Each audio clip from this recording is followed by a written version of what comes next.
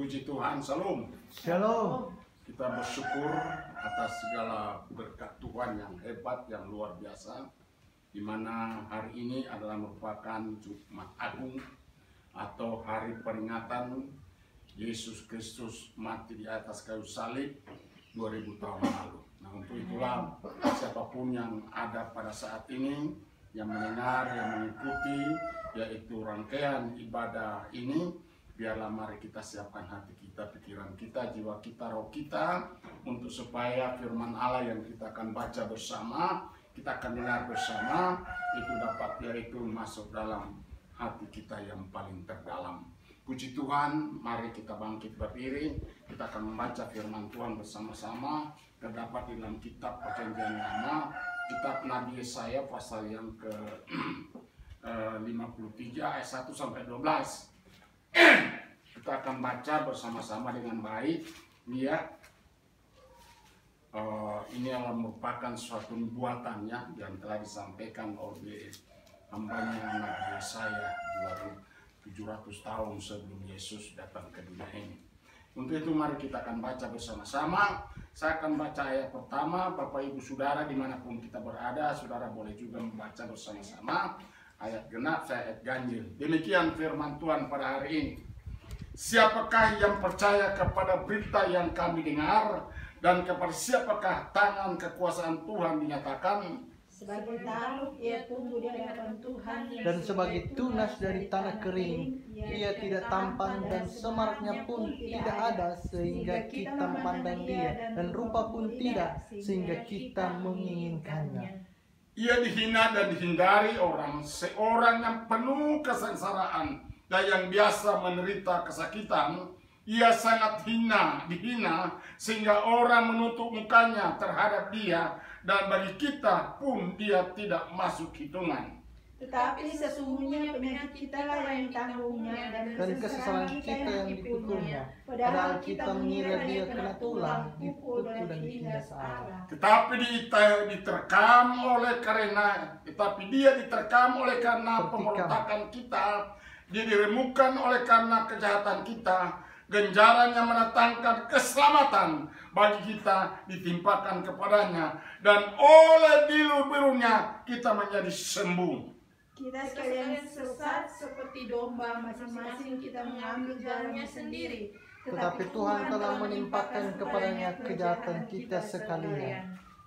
Dianiaya tetapi dia membiarkan dirinya ditindas, dan tidak membuka mulutnya, seperti anak domba yang dibawa ke pembantaian, seperti induk domba yang di depan orang-orang yang menggunting bulunya, ia tidak membuka mulutnya.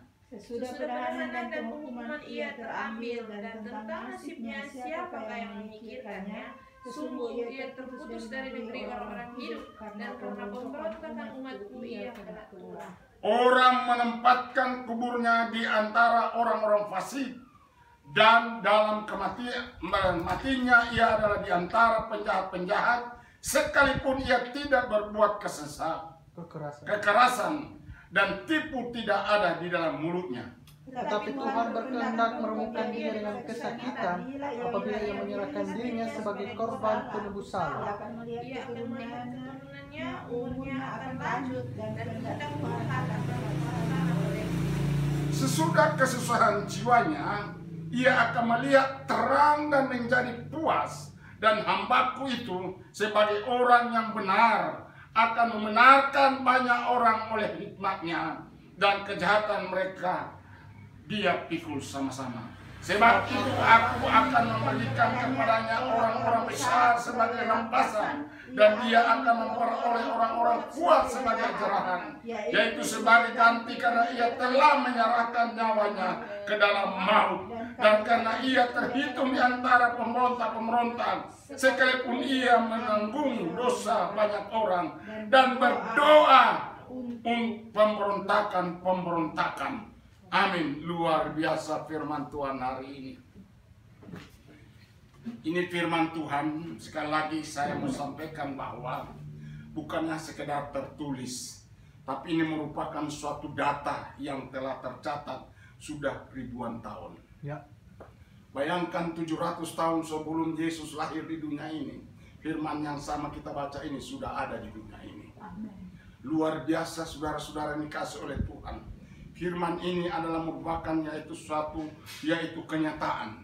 Di mana firman Tuhan disampaikan oleh Nabi Yesaya 700 tahun sebelum Masehi.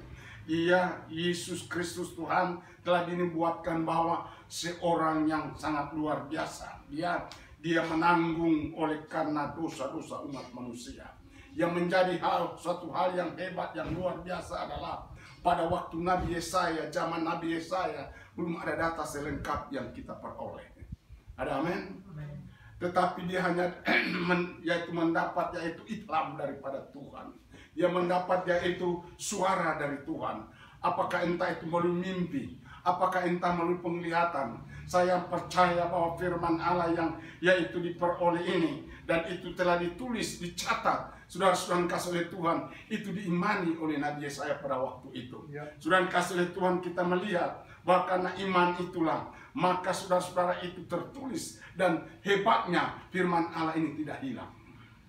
Berita ini tidak lenyap. Berita itu saudara kasih tidak menguap kemana-mana. Tapi berita ini saudara kasih oleh Tuhan dijaga oleh Tuhan, dijaga oleh firman Tuhan sampai tiba saatnya Yesus datang ke dunia ini. Saudara-saudara kasih, waktu Yesus datang ke dunia ini belum ada orang mati untuk Tuhan Yesus. Belum ada orang saudara kasih oleh Tuhan rela mati untuk Tuhan Yesus. Bahkan saudara kasih oleh Tuhan ada orangnya Yesus masih hadir di bumi ini. Ada orang yang menjual, namanya Yudas Iskariot. Ada orang yang menyangkal, namanya Petrus. Jadi saudara-saudara kasih oleh Tuhan pada waktu itu karena belum tergenapi firman Tuhan ini. Tapi saudara kasih oleh perlu tahu bahwa setelah firman Allah ini digenapi, benar-benar Yesus mati di atas kayu salib. Dia berkorban di atas kayu salib, mati bagi keselamatan saudara dan saya. Saudara-saudara kasih oleh Tuhan, apa yang terjadi di bumi ini? Ada orang rela mati karena yaitu nama itu. Ada orang rela saudara dianiaya oleh karena nama itu. Ada orang rela untuk dibunuh oleh karena nama itu. Yang sudah dikasih oleh Tuhan, mereka telah melihat bukti nyata-nyata bahwa Yesus mati di kayu salib. Dia menumpahkan darah di atas kayu salib. Sudah dikasih oleh Tuhan, dan pada hari ketiga dia bangkit dari antara orang mati. Dia bangkit daripada antara orang mati dan hidup untuk kekal selama-lamanya. Itulah yang membuat pada hari ini saudara dan saya, kita harus yakin sepenuh, saudara, kita mempunyai data, kita mempunyai kelengkapan, kita mempunyai saudara kasih oleh Tuhan, yaitu catatan demi catatan dari Kejadian sampai Wahyu. Ini ya saudara kasih oleh Tuhan, meyakinkan saudara dan saya, agar saudara dan saya tidak yaitu saudara kita mengalami namanya kekecewaan. Kita tidak mengalami keraguan terhadap firman Allah. Kita mempunyai keyakinan sungguh-sungguh terhadap firman Tuhan ini. Karena firman Tuhan itu ya dan amin. Kita lihat kematian Yesus di atas kayu salib. Untuk apa semuanya itu? Kita baca ayat yang kelima. Ada dua hal yang hebat, yang luar biasa. Ayat kelima dimohon dibacakan oleh Arya. Firman Tuhan, ya. Tetapi dia tertikam oleh karena pemberontakan kita. Dia tertikam oleh karena pemberontakan kita. Dia diremukkan oleh karena kejahatan kita. Dia dihancurkan atau diremukkan oleh karena kejahatan kita. Ganjaran yang mendatangkan keselamatan bagi kita. Wow, ganjaran yang mendatangkan keselamatan bagi kita ditimpakan kepadanya. Dan oleh bilur-bilurnya kita menjadi sembuh. Oleh bilur-bilurnya kita menjadi sembuh. Luar biasa. Kematian Yesus di atas kayu salib, ada judul besar yang terpampang di dunia ini, yaitu pertama, keselamatan. Katakan keselamatan. Keselamatan. Keselamatan itu mahal. Orang sudah dikasih oleh Tuhan, sampai-sampai saudara menjual hartanya, saudaraku, untuk demi suatu keselamatan. Orang bisa saudara memberi nyawanya demi keselamatan. Kenapa? Karena saudara contoh. Contoh siapa? Yesus Kristus. Mati di atas kayu salib untuk demi keselamatan. Jadi kita melihat, kita yakini, kita imani bahwa kematian Yesus yang telah dinubuatkan dan itu telah digenapi, itu adalah satu-satunya adalah supaya tidak ada pun satu orang pun binasa. Itu sebab moto kita, ya, kita diselamatkan untuk menyelamatkan. Kita diberkati untuk memberkati. Itu moto kita. Moto jemaat yaitu ya El Shaddai, Madiwir, Bitung, Sulawesi Utara. Kita diselamatkan untuk menyelamatkan. Amen. Kita diberkati untuk memberkati. Yes. Itu sebab sebelum kita akan menjadi orang yang menjadi inspirasi bagi banyak orang, marilah kita sama-sama untuk menjadi satukan iman kita. Ya. Satukan barisan kita. Satukan yaitu tugas kita adalah untuk dapat menyelamatkan bagi banyak orang. Mungkin kita dipakai secara yaitu luar biasa dengan menulis dan menulis. Iya, kita dipakai dengan luar biasa untuk hanya berbicara. Kita dipakai dengan segala sesuatu untuk berbuat baik. Marilah kita berbuat dengan sukacita. Kita melakukan dengan sukacita. Kita beribadah dengan sukacita. Kenapa? Karena keselamatan telah tersedia. Yes. Keselamatan itu telah tersedia bagi saudara dan saya. Itu luar biasa. Jadi kematian Yesus Kristus, judul besar adalah karena keselamatan. Saudara-saudara yang dikasihi oleh Tuhan, itu sebab pertahankanlah keselamatan itu di dalam kehidupanmu. Hanya di dalam Yesus Kristus ada keselamatan. Hanya dalam Yesus Kristus yang akan dapat menyelamatkan kita dan juga dapat menebus dosa kita. Itu sebab itu hal yang hebat, itu hal yang luar biasa. Saudara kasih oleh Tuhan, kita ada yaitu perjamuan. Kita ada tubuh dan darahnya. Oleh sebab apa? Karena kita menikmati keselamatan yang telah dikerjakan oleh Yesus di kayu salib. Kita tidak ada keraguan lagi tentang keselamatan dalam Yesus. Aku jalan dan kebenaran dan hidup. Tidak ada seorang pun sampai kepada Bapa dalam keselamatan. Hanya di dalam Yesus Kristus Tuhan. Itulah perjuangan Tuhan. Itulah pengorbanan Tuhan untuk demi keselamatan kita. Itu sebab kita berkata, saya bersyukur karena saya selamat. Ada amin? Kita bersyukur karena kita diselamatkan. Bukan oleh karena kekuatan kita, bukan karena pengetahuan kita, oleh karena kebijaksanaan kita, tapi oleh karena perjuangan Yesus di atas kayu salib, kita diselamatkan. Yang kedua, ini yang hebat dalam ayat kelima ini. Ya.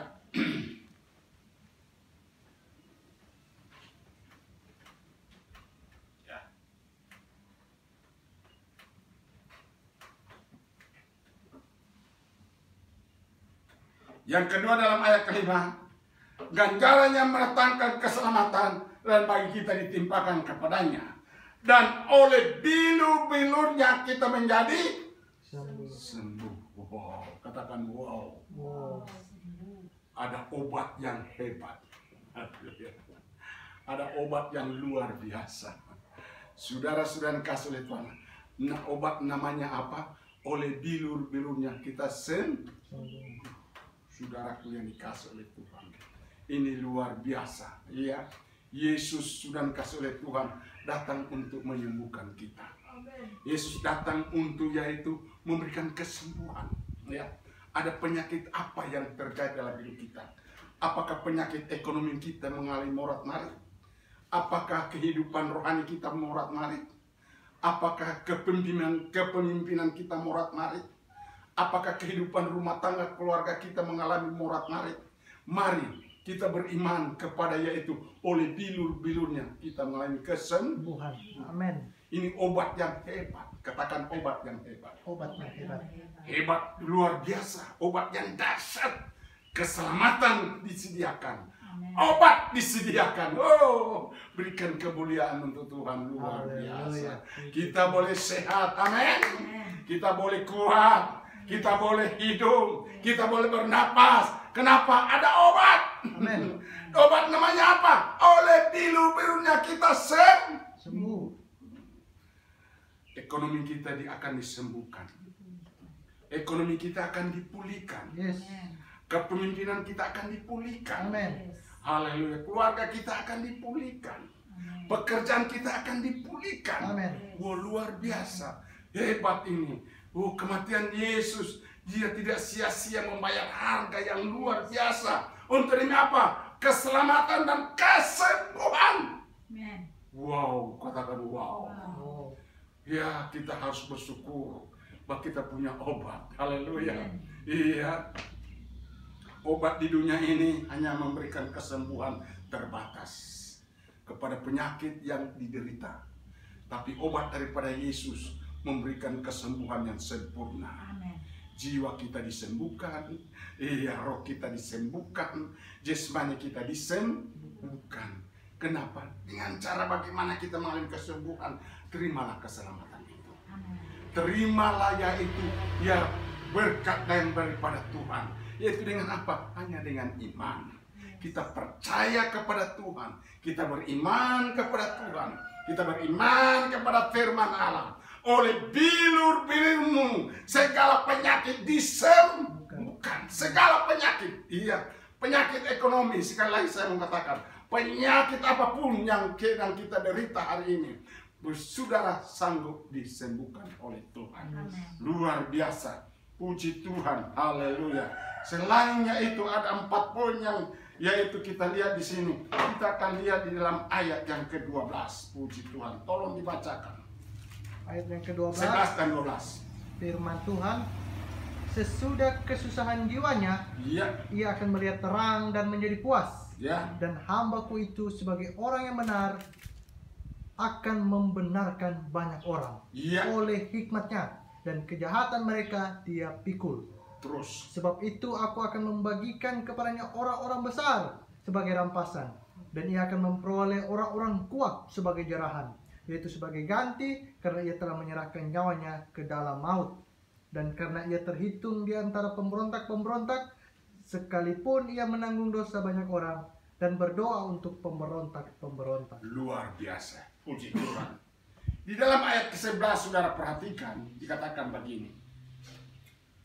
Sudah kesusahan jiwanya, ia akan melihat terang dan menjadi puas.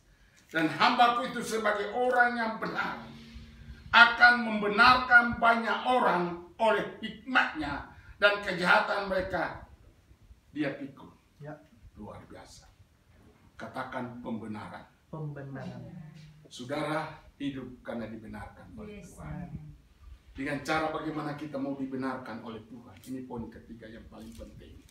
Bahwa ketika kita hidup berkata benar, berbuat benar, hidup dalam kebenaran, maka akan yang terjadi, Tuhan akan benarkan. Haleluya. Puji Tuhan. Dia membenarkan banyak orang.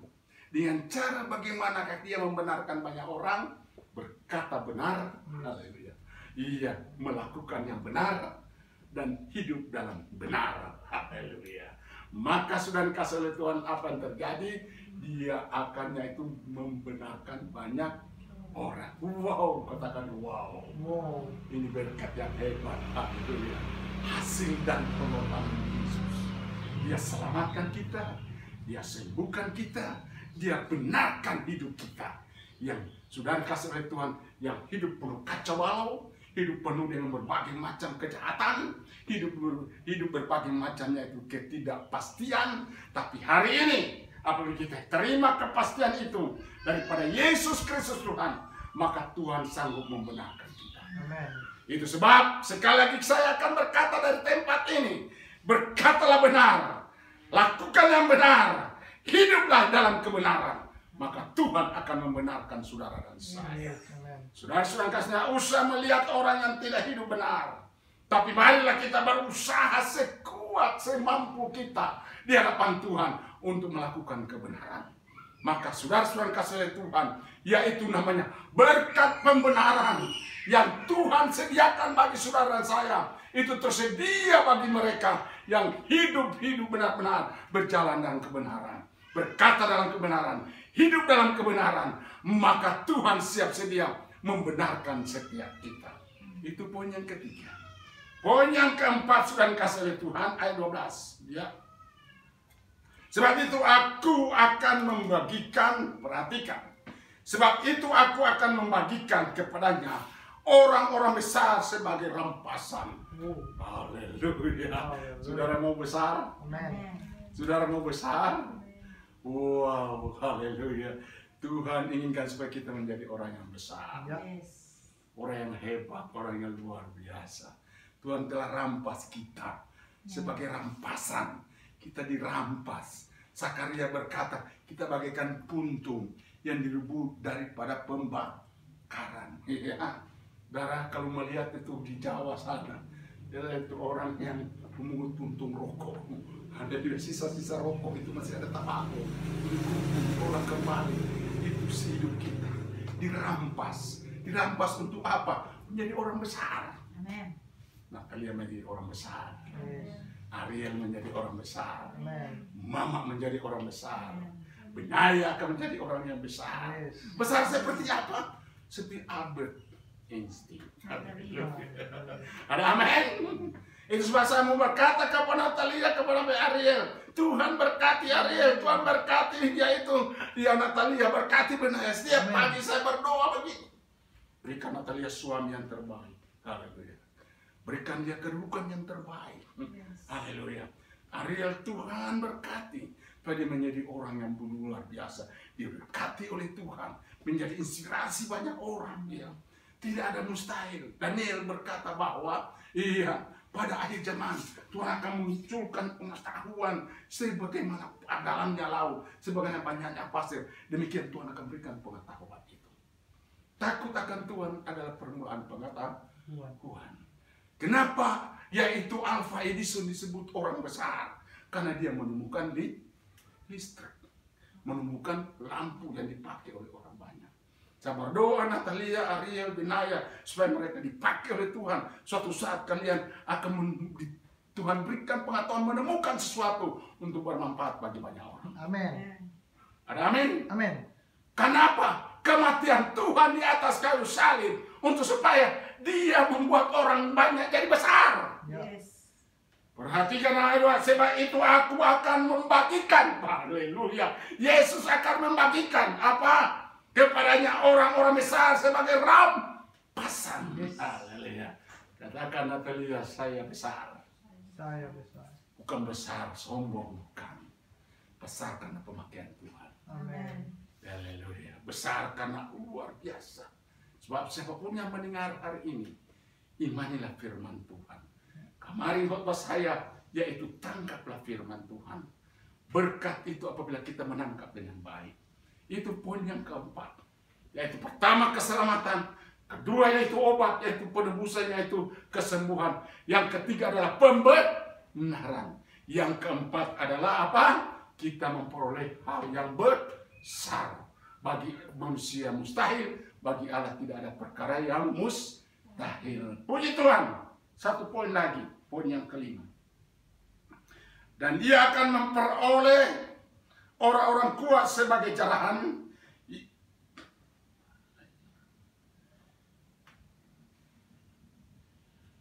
Sebagai ganti. Ya. Yaitu sebagai ganti karena ia telah menyerahkan nyawanya ke dalam maut. Dan karena ia terhitung di antara pemberontak-pemberontak. Sekalipun ia menanggung dosa banyak orang. Dan berdoa untuk pemberontak-pemberontakan. Haleluya. Yang terakhir adalah kita suka berdoa. Ya, teman. Bayangkan Tuhan berdoa untuk pemberontak. Ya, tadi pagi sudah kita yaitu menceritakan tentang yaitu pemberontakan. Kejahatan itu adalah pemberontakan. Ya. Yesus katakan melalui Nabi Yesaya pasal 59, oleh karena kejahatanmu maka doamu tidak didengar. Dengan cara bagaimanakah supaya doa kita didengar? Itu hiduplah dalam kebenaran. Hiduplah dibenarkan oleh Tuhan. Maka saudara-saudara yang dikasih oleh Tuhan, saudaraku pasti akan yaitu memperoleh jawaban daripada Tuhan.